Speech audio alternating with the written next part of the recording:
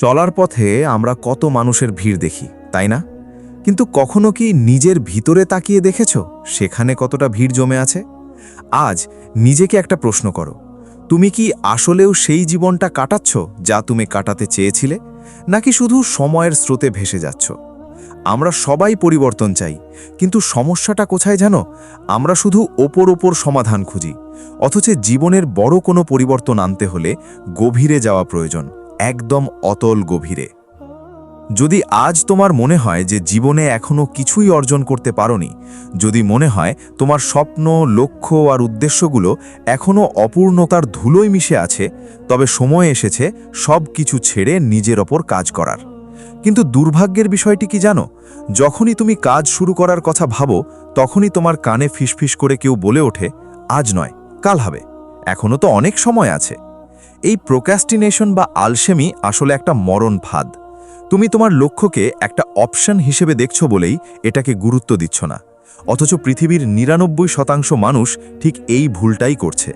তারা সস্তা বিনোদনকে আঁকড়ে ধরছে আর জীবনের মূল্যবান উদ্দেশ্যগুলোকে ইগনোর করে চলেছে। আমরা স্বপ্ন দেখি, টার্গেট সেট করি, কিন্তু সেগুলোকে নিজের ভিতরেই রাখি। আমাদের কাছে আমাদের স্বপ্ন কখনো প্রথম প্রায়োরিটি হয়ে ওঠে না। ভেতর থেকে আমরা প্রত্যেকেই জানি যে আমাদের জীবনে সমস্যা আছে, অপূর্ণতা আছে, আমরা কষ্ট পাই, একাকিত্বে ভুগি। কিন্তু যেহেতু আমাদের চারপাশের সবাই একই রকম অলস জীবন কাটাচ্ছে, তাই আমরা এই অস্বাভাবিকতাকেই স্বাভাবিক বলে মেনে নিয়েছি। এই সত্যটা হয়তো খুব তিক্ত, কিন্তু এটাই বাস্তব। নিজেকে প্রশ্ন করো, তুমি কি আসলেও ভালো আছো? তবে এই সত্য জেনে হতাশ হয়ো না, বরং এই নেগেটিভিটিকে জ্বালানি হিসেবে ব্যবহার করো। আমরা সুন্দরের প্রতি আকৃষ্ট হই, কিন্তু সেই সৌন্দর্যের আড়ালে থাকা বিষাক্ত দিকগুলো দেখতে পাই না। যে জিনিসটা তোমার সময় নষ্ট করছে, যা তোমাকে লক্ষ্য থেকে দূরে সরিয়ে দিচ্ছে, সেটা যত আকর্ষণীয়ই হোক না কেন, তাকে জীবনের অংশ বানিও না। সঠিক সময়ে যদি ভুল জিনিস জীবনে চলে আসে, তবে জীবনটা নষ্ট হতে শুরু করে। আজ এই প্রতিযোগিতার পৃথিবীতে বেশিরভাগ মানুষই ডিস্ট্র্যাক্টেড, তারা লক্ষ্যভ্রষ্ট, উদ্দেশ্যহীন। আর এটাই তোমার জন্য সবথেকে বড় সুযোগ। যেখানে সবাই ছিটকে পড়ছে, সেখানে তোমার সামনে সুযোগ নিজেকে গড়ে তোলার। এই ডিস্ট্র্যাকশন থেকে বাঁচার প্রথম উপায় হলো যোদ্ধার মতো চিন্তাভাবনা বা ওয়ারিয়ার মেন্টালিটি তৈরি করা।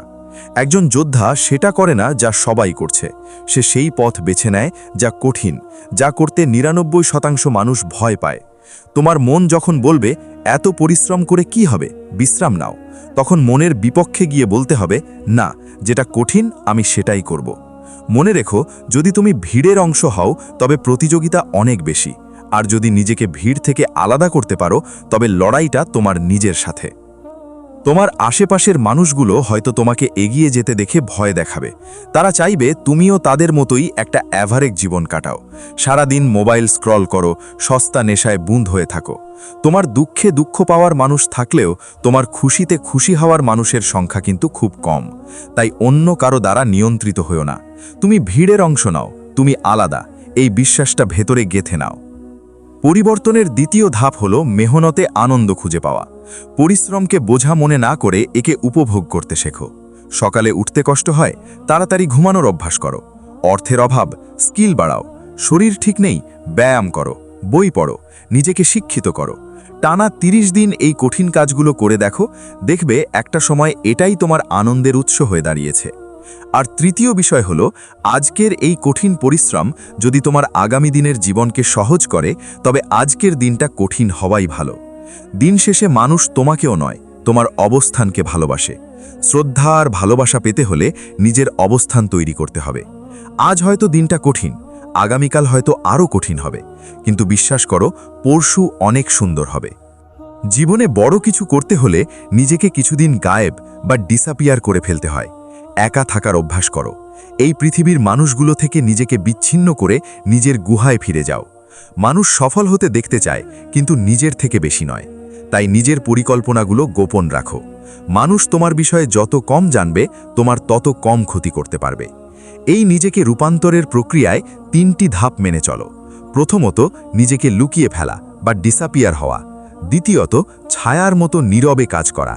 এবং তৃতীয়ত, নিজের একটি শ্রেষ্ঠ ভার্সন নিয়ে সবার সামনে পুনরায় আবির্ভূত হওয়া।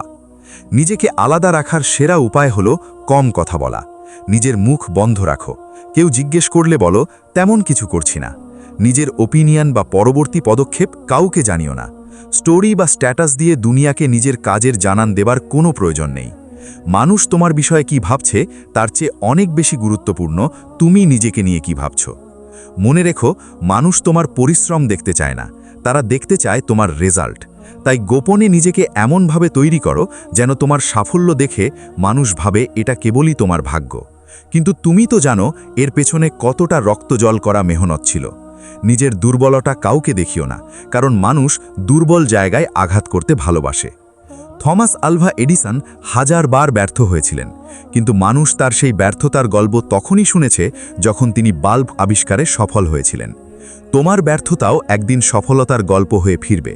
ততক্ষণ পর্যন্ত নিজেকে আড়ালে রাখো, নীরবে নিজের উপর কাজ করে যাও। যেদিন তুমি সফল হবে সেদিন তোমার নীরবতাই সবচেয়ে বড় চিৎকার হয়ে দুনিয়াকে জানিয়ে দেবে তুমি কে। ব্যর্থতা আসবেই, কিন্তু প্রতিটি ব্যর্থতা তোমাকে শেখাবে কোনটা করা উচিত নয়। সেই শিক্ষা নিয়ে আবার উঠে দাঁড়াও, নিজের ওপর বিশ্বাস রাখো, লড়াইটা চালিয়ে যাও। কারণ ওই যে বললাম, আগামী পরশু দিনটা সত্যিই অনেক সুন্দর হবে।